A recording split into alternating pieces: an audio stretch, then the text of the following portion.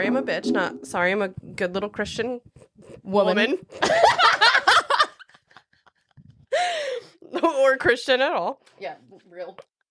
Okay, so I think we're gonna start with burning questions. Like the first one is, Kaylee, did your producer give you a sweat mustache? Yes. That one was for me. Chic. She's looking chic. Would you rather be haunted by a demon that gives you head, or one that whispers compliments to you all day? One that whispers compliments to me all day. I mean, here's the thing. I would like both, but you can't have both. And in that time, I feel like the compliments can be like all of the time. She's probably a girl's girl. For sure. You know, she's going to tell me like, hey, that date sucked. Like, you don't want to go out with that person. They were terrible. Or they're not good enough for you. Dick check. The guy could go, or girl, whatever. Whoever could go into the bathroom, and then the ghost could be like, hey, I saw it. I smelled it's it. Not it. You don't want to do it. You don't want any of that. Okay, I would. That's a good one. You know, I just feel like she's got to be a girl's girl. Yeah. You know. Yeah. Like she is a girl who left the world too soon, and we love her down. Yeah. But as we love her down, she's like, hey, I'm going to keep this good energy in the world and help the other girlies out. Yeah. Who do you think is the scariest horror movie villain? That's a really good question. I think The Strangers, like the trio of The Strangers, that movie ruined my life as a 7th grader. Like, because that's, I think, when it came out, it was in 7th grade. But like, because it's so real. Yeah, they're real humans. Humans are scary. Humans are terrifying. And then those weird masks that look like a pillowcase that's like I'm still afraid of that movie. And I have seen it one time and I will not. No, I'm fine. No. I'm good. So you mean to tell me you're going to kill me and you're poor? Yes. You have a terrible, or it's like a bad paper mache. Yeah. Ooh. Also a woman coming up to you and saying, is Tamara home? Who's Tamara? Like, I don't know her. Maori? Why? Like, why? Oh, wait, that's Tamara. But I was like, who is she? Like, I understand that's the ploy to get in the house and, you know, whatever, and rattle them. Yeah. But like, could we pick a more normal name? Yeah. Not that Tamara's not a normal name, but like, Emily. Sarah. Yeah, just, you know, little Hannah, perhaps. Stick with some biblical names. You know, people. Cindy. Cindy, the TV is leaking. My grandma used to have a poodle named Cindy. I was like, Cindy for a dog? Cindy for a dog is crazy. I feel like Cindy for a cat could be really cute. Wait. Yeah, Cindy for a cat, like a blue cat or like a gray. I was going to say Freddy Krueger, but yours was better. And Freddy Krueger's terrifying. I mean, in your dreams, the slasher, like anything with like claws is really not settling. Right. Even really long fingernails are kind of not unsettling. Like really, really long ones. Like the divas who do it, love them. Obsessed with them. Yeah. A bisexual would be scared of long fingernails. I'm terrified of long fingernails. Keep them. You would be. Okay. No wrong answers. Who's the sexiest movie villain? Ooh.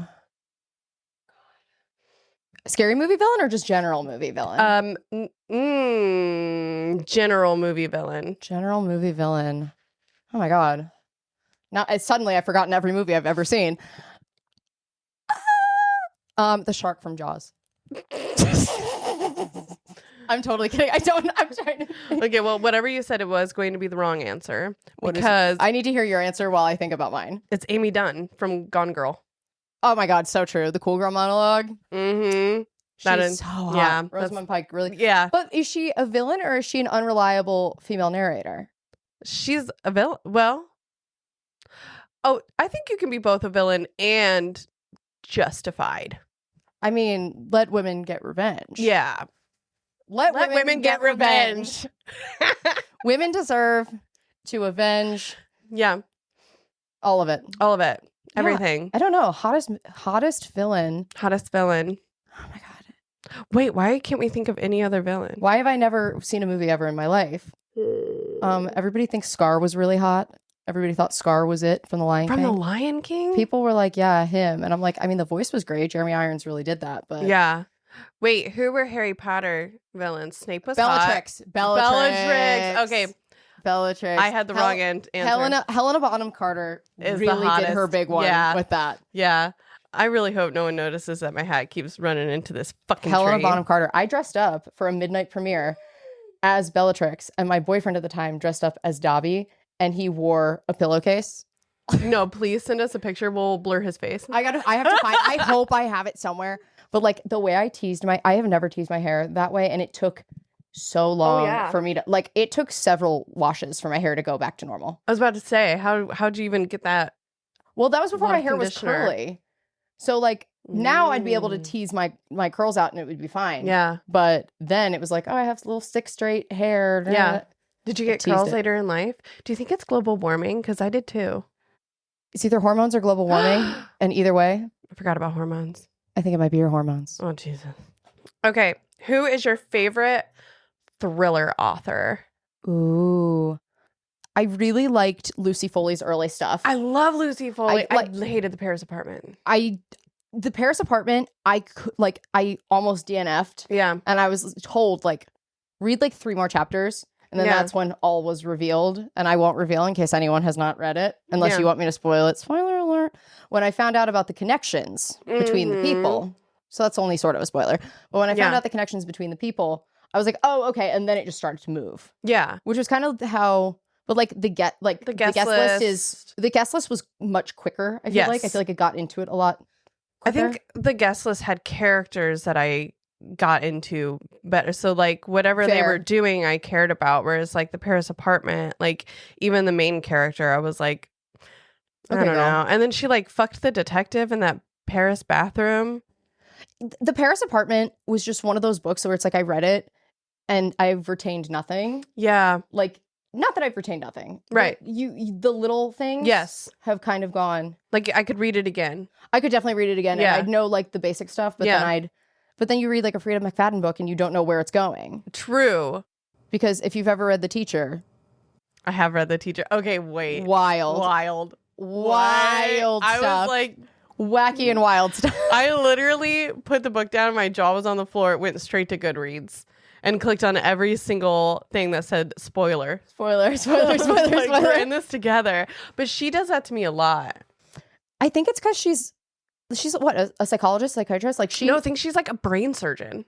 So she knows how the brain, at least the inner workings of the brain, I guess. But when I read The Teacher on the beach because my mom had it and my Kindle was dead and I had to charge it. So I was like, I need to be poor and use read a paperback. And I read it and I'm sitting on the beach and I'm like, what the hell is this book? And then the book ended and I was like, Mom, you've not read this yet? And she was like, no. And I was like, please tell me everything you have to say about it as soon as it's done. Yes, we need to speak immediately. I was like, hey, so as soon as you're done, call me. You know who else is an actual psychologist? Who? Lucinda Berry. Is she really? And she is. And Dr. Lucinda Berry, and she wrote a book. What is it called? She wrote a book that did me in. Saving Noah. Have you read? I have. I have read Saving Noah.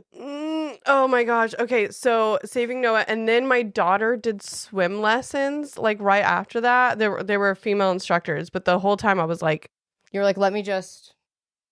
I'm watching all you bitches. I'm just keeping my eyes out. Don't you dare touch my fucking daughter. Don't touch my baby. Don't touch my baby. Dude, the twist in that was so perfectly well done. And she knew, I mean, she's a psychologist, so she knew, she knows that there's no cure for, we're getting off topic. Doesn't matter. We're book girlies. This is what happens. But also thrillers, that's thrillers are spooky and they're fun. Spooky, yeah. Have you read The Push? No, I have not read The Push. I read The Push postpartum. Oh no. Don't recommend. Don't recommend that. That seems yeah. Even just the name. Why did I do that to myself? I knew better. You're so silly. I know. I'm so silly. She's so cute and silly. Okay. What's an irrational thing that terrifies you? Alligators. I live in the Midwest. Why am I so afraid of alligators? I'm afraid that an alligator is either going to crawl up through the toilet, it's going to climb a chain link fence and jump on me, or it's going to attack me in the middle of like Mass Ave. Wait, are alligators the spooky ones? Isn't it crocodile? They're both. I mean, for me, I'm afraid of both of them. I think the Hannah Montana movie really did it for me. I'm going to be so real with you. I think that scene with the gator really traumatized me. I think Hannah Montana's coming back. Miley teased it. Fingers crossed. Do crocodiles or alligators kill more people? It's crocodiles. Significantly. Well, I'm afraid of all of those weird little things. They're dinosaurs. They literally are. They're so scary. Yeah. And they've not evolved. Like, or they've survived because I don't know. Yeah. I don't know science like that. Either way. Yeah. We never claimed to be science. This is not a science podcast. This is not a science podcast. No, you're the wrong place. If you want to know about the ins and outs of reptiles like that, call up one of the Irwin kids. Robert Irwin going to be on Dancing with the Stars. What a sweetie. Wait, who are you rooting for? Probably Jordan Childs, obviously. Right. Because I love an Olympian. I knew, yeah. I love an Olympian. Yeah. This cast is just like the most stacked cast we've had in like next to a decade. I think I'm rooting for none of the Mormons. No, none of the Mormons, sorry. Not my tea. You know what? How do you say her last name? Herardi? Lauren Herardi? Is that how you say her last name? The one from Fifth Harmony? Yeah, she's going to do so well. I know. I just kind of feel like I love an underdog, and I do feel like they're the underdog. Is she an underdog, though? Because, like, she was in a girl group. She was in a girl group. She doesn't know how to dance. I just feel like she came in late, obviously, because she wasn't in any of the promo, and I feel like that already made me, like, root for her. Yeah, it's like, oh, you forgot about me? Yeah. You won't. I know. And you know who I kind of hope is really good? And I know this is going to be so unpopular. I kind of hope Alex Earl's really good. I don't know anything about her. I don't follow her. But I kind of hope she's going to be really bad. Because I know she's going to be really bad. I think she's going to be really bad. But I would, like I said, I love an underdog. But I would love if she got on that dance floor and all of a sudden everybody was like, what? Do you think houses can be cursed? Yes. I think that bad energy can exist anywhere. And I think that if the bad energy is manifesting, like, it can be held in the walls. I don't like beyond demons, but like just like spiritually, I think that bad energy kind of exists. And if the bad energy is being contained in the house, a la The Haunting of Hill House, one of my favorite shows of all time. But like something like that, you know, it's like all of that energy is being held in the house. So inherently bad or insidious things are going to happen. Right. Unlike if you grow up in a house like I grew up in, which was right next to the oldest Lutheran church in America. Do you want to talk about it? We can talk about it. Let's talk about it. So I grew up in Pennsylvania, just outside of Philadelphia. Okay, so Pennsylvania already is spooky. Well, yeah, because it's all colonial stuff. Yeah. So all the colonial stuff, whatever. I very distinctly remember, like, we did a lot in the cemetery. Like, I learned to ride a bike there because it was flat and things like that. But like, we would like go and look at the headstones because we were weird children. I'm still weird. But the oldest legible headstone was from 1713. So like, there's a lot of energy there. So it's like basically right next to this crazy burial ground. And like, I lived towards the front of my neighborhood. And so a lot of activity was kind of on our end. So like, I remember being really little, probably like 5, 6 years old. And around like 2:30, 3 in the morning, I would wake up and look outside and I'd just like see kids playing outside. This was like every night for like several months. And until one night, I woke up to hearing, come outside, come play. No. And I was like, I'm dreaming. And then I looked up and I saw just like a little girl smiling at me. She was in like a colonial outfit, like kind of thing. Yeah. And, like, they were just like playing outside and like throwing a ball and like all this stuff. But it's like, obviously none of my neighbors would be out at 2 a.m. playing. And also I saw a lot of people and like, I don't remember if there was like a glow or anything around them, but like, I remember seeing that a lot. And I was like, okay, this is kind of nuts. And so I would go and like walk through the cemetery and stuff. And like every time I would walk through the cemetery, like as I got older, like I would feel more. I would like hear whispers in the breeze. I would hear people talking. I would see people sitting on like gravestones, like all this stuff, like in a completely empty cemetery. That was very, like, it was something that it was like, oh, okay, like I'm very intuitively there. So of course I bought a Ouija board, which my mother. I was gonna ask you. Yeah, it was not like one of the old wooden Ouija boards, which God knows, I wish I had one. That's a bucket list thing to like find and like, wait. Can I do it with you? Yeah, let's start sourcing one of the old wooden Ouija boards. We can go to Crown Hill. I would love to go to Crown Hill. There's a place in Philly. There's a big cemetery like just outside of the city that I believe it's called Laurel Hill. I've been around so many cemeteries in my life, but that I like don't know what all of them are called. But like this, I'm like 99% sure it's Laurel Hill. Yeah. But it's this big, beautiful. But like they have like the above ground mausoleums and the whole thing, and like they would do like showings of Halloween movies in Philly, like in the whatever. Wait, I think I want to move to Philly, dude. It's crazy. Like if you're even a little spiritually sensitive, you will feel stuff all the time. I don't know if you've ever been to New Orleans. Yeah, you feel it. Feel it. Have you been to the La Laurie Mansion? I've been by it. Okay, so we did Did you go in? We did not go in, but we did like a ghost tour / bar crawl for my friend's bachelorette party. Shout out Sydney. We had a great time. Shout out Sid, love you. We had a great time, but you know, we were being, you know, walked around, and the second we got over there, I felt hot. And he was like, this is the La Laurie Mansion. There was a fire, but it was like, I felt like so hot. And I like told him that when I walked over there, it was like all of my energy was just like depleted. Yeah. Like everything was gone. I mean, because Madame La Laurie was like a top 5 terrible person in American history. Yeah. Well, not the worst, but one of the worst. Yeah, she was of the time. Yeah. Watch American Horror Story Coven if you'd like a fictionalized account of her life. Shout out Kathy Bates, right? Kathy Bates. Mother. I love Kathy Bates. Mother. Anyway, but I like went up to our tour guide and I was like, why do I feel so sad? And he was like, that's just what happens when you're in like this part of the French Quarter. Like, I agree. He's like, if you're sensitive, like that's what's going to happen. And he goes, did you feel hot when you walked over here? I said, yes. And he goes, touch this brick. And there's just like a brick on, like just like a random brick, like on the corner where the fire broke out. And I touched it. Like I went to touch it and like I had a welt on my hand. Like I have pictures of it. Like it was crazy.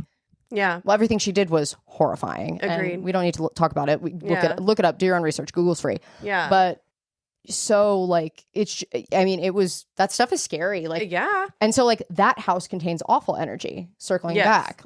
New Orleans is on another level. It's crazy. Yeah. I felt like New Orleans for me, like I've been to Salem. New Orleans for me was like, I felt that in like every street I walked on. I felt like this energy. Whereas like Salem, I felt it in like certain places. But it wasn't like the entire city. Well, we only had 25 approximately 25 people killed in Salem, which is 25 too many. 25 too many, yeah. 25 too many. But then you look at like what is happening in Europe during like the 1400s to the 1700s, and like they estimate between 40 and 60,000 people were prosecuted as witches. Yep. Yeah, isn't that insane? Like we don't talk about that. We don't talk about that. That's because I think we, especially like our education system, just like fully focuses on. It's so America-centric. Yeah. You know the world existed before 1776, guys. Yeah. Or 1692. Yeah. Or whenever the Mayflower land. I don't know. Have you ever heard of the dybbuk box? Are you Jewish? I am Jewish. I knew you were Jewish. So I have heard of the dybbuk box. And I have heard. I knew it. So there's a great book about the dybbuk box and like a girl who essentially like does a master's thesis or a PhD on like Jewish spirituality. It's called City of Laughter. What? It's I can lend it to you. Yeah, I can't lend it to all of you. Not you. Not Me. you. Go to Libby and get it, or your local indie bookstore.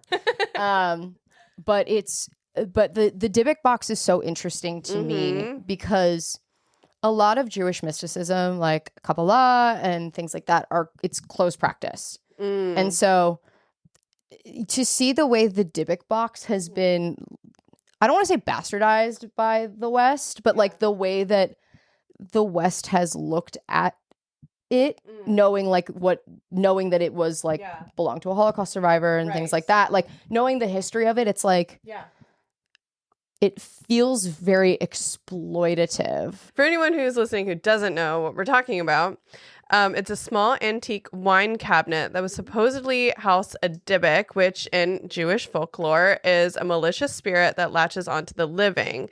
Basically a demon. Right.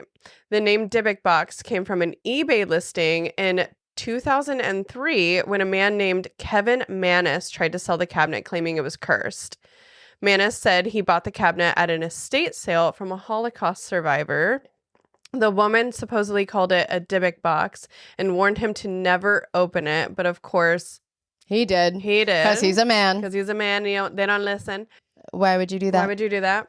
Inside, he found 2 pennies from the 1920s, a lock of blonde hair tied with a cord, a lock of dark brown hair. Was it ours?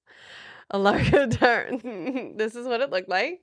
And this is, I would wear your hair in a locket. I would wear your hair in a locket too. Should we do that? Back to this.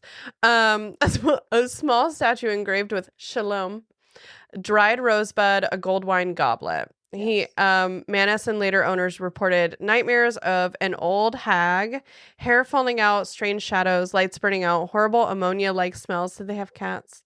Clean the litter box. Yeah. Get a second litter box. Get a couple of them. One man's mother supposedly had a stroke the day he gave her the box. That might be coincidence. Stuff like that you're not supposed to sell. Right. It needs to stay. Yeah. It should stay with you or be like given to someone. And it's like tarot cards too. Like you're not supposed to buy your own tarot cards. Your tarot cards are supposed to be given to you. Right. I feel like, again, like it just feels like it's like, oh, you are doing the Zach Bagans bullshit of trying to bastardize these, like the Annabelle doll, like, you know, just like all of those like haunted relics, which like. When speaking of him, he owns it. It's in his museum in Las Vegas now. It is. Fun fact, Post Malone went and they said, don't touch it. He touched it. And within a few weeks of him touching it, he experienced a near plane crash, a car accident, and a home invasion. That's wild. I did not know that. Yeah. That's wild. Right?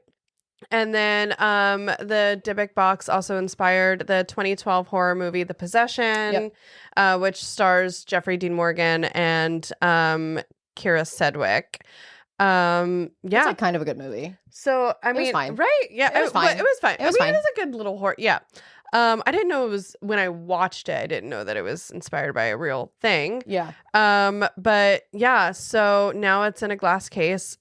Visitors who visit it say they feel sick or leave with some kind of whatever. But then other people say like, you're not even supposed to say the name. So like, whoops. Well, and that's kind of it. That's kind of part of it too. Like Jewish mysticism is so like involved and in depth, and like the way that we look at like the way that like spirits are kind of looked at, like the dybbuk box. It's like you look at, you know, you hear these things and you hear these stories, and it's like I fully believe that people who, because it's been in one place for a little while, I surrounded by all other terrible energy. Yeah. I do think that that's going to amplify. Like, I do think negative energy meets negative energy, and then it like amplifies. Yes. I also think that people go to these places like Zach Bagans' little haunted whatever in Las Vegas, and they like want to leave with something. They like want to believe that they're leaving with something, and like crazy shit happens. But I'm very sensitive to it. Zach is like totally not. And we were in New Orleans. He's always like, you're nuts. Oh, by the way, when I say Zach, I don't mean Zach Bagans. Although her husband. I'm my husband. I have met Zach Bagans. His mom used to gamble at a casino I worked at in Las Vegas, and the lore is crazy. She was a high roller, let me tell you, and she loved her Starbucks coffee, super, super, super hot, and she would wear like big fur coats. And okay, diva. Yeah, she was kind of cool. I gotta be honest with you. Like, how did she raise him? He's such a tool. He would like come in. Okay, I do have to say, this is fully just my experience. Everyone can have their own experiences. He was super, super nice to me. Was this before like Ghost Adventures took off? No, this was back in, I worked at that hotel back in like 2012. Ish. Yeah. When Ghost Adventures came out. And before that, and how I know is because a friend of mine and I went to, a couple years before I moved to Las Vegas, we went to Louisville and we wanted to tour this like haunted like asylum. I love an asylum. Me More on too. asylums later. Yes. And we called them and we're like, hey, we're with Ghost Adventures and we want to come scope it out before Zach and the team comes out.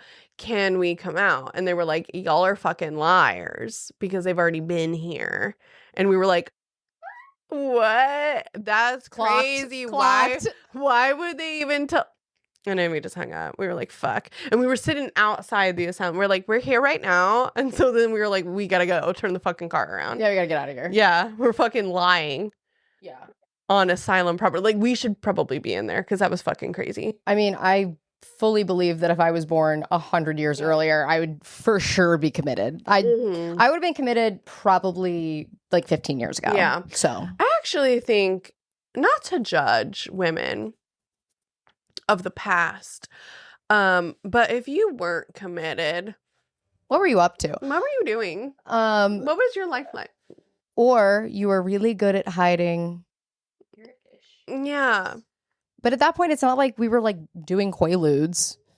Oh, can we also talk about, Bring 'em back. Really fucking Bring 'em back. pissed. I'm a Sorry. housewife with no fucking quaaludes. And don't you ever think, this camera, don't you ever To think camera. that I haven't tried to find them. I have tried to find them. I have searched High and low. high and low. I have become friends with people I don't want to be friends with because I suspected they had quaaludes and they fucking didn't. And now I'm in it. And I hang out with them every week. And this is why we need to get you a Xanax prescription. Oh my God. Xanax exists. Xanax. And it's so great. I mean, I fully took a Xanax before going to the gynecologist once because I hate a pap smear. I hate a pap smear. Everybody hates a pap smear. I hate a pap smear. Speaking of lying, I will go in and I'll say, hey. It was last year. I've had sucks. I've had a couple of doctors tell me that my vagina is smaller than the average, so you have to use the little tiny one. I don't given birth. I'm just, I know, and now they're like, we see you have a 4-year-old, and I'm like, that didn't happen. I don't know her. Sorry to this woman. Sorry to this girl. I don't know this girl. I'm like, okay, and like you guys said, it's like a fucking rubber band. It went right back.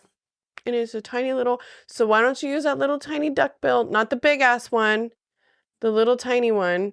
Have you seen the TikTok trend where men like are using them to like plant seeds? What? People are using like plastics. I'm still like, okay, never say men are innovative again. Or at least these men are. These men are. They're like, the wife's like, or girlfriend or whoever, the woman is like, what does this do? And he's like, this could be really good for gardening. And then he just like takes it and he like picks up seeds and like puts it in the ground. Where did he get it? I don't know. Like, was the wife a dog? So many questions. Check their history. So many questions. So little time. So little time. What else do I have on the agenda? Need to ask. Need to know about her. Okay, you know what I love? And I really hope we get a comment like this. I really hope we get a comment like this on one of whatever little clip my producer decides to clip from this. I really want someone to say, I claim no negative energy to this. Praise Jesus. Amen.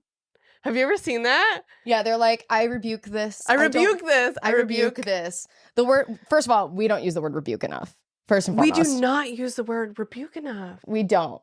And I'm glad that our good Judies have decided to bring back rebuke. Like love. Rebuke. Love it. But also, God. here's the thing Yeah. about that. Like, there's nothing inherently unholy about feeling energy. Mm-hmm. Jesus was a witch. Do you want to wrap? Yeah, I think that's it. That's all I have. That's all the questions I have.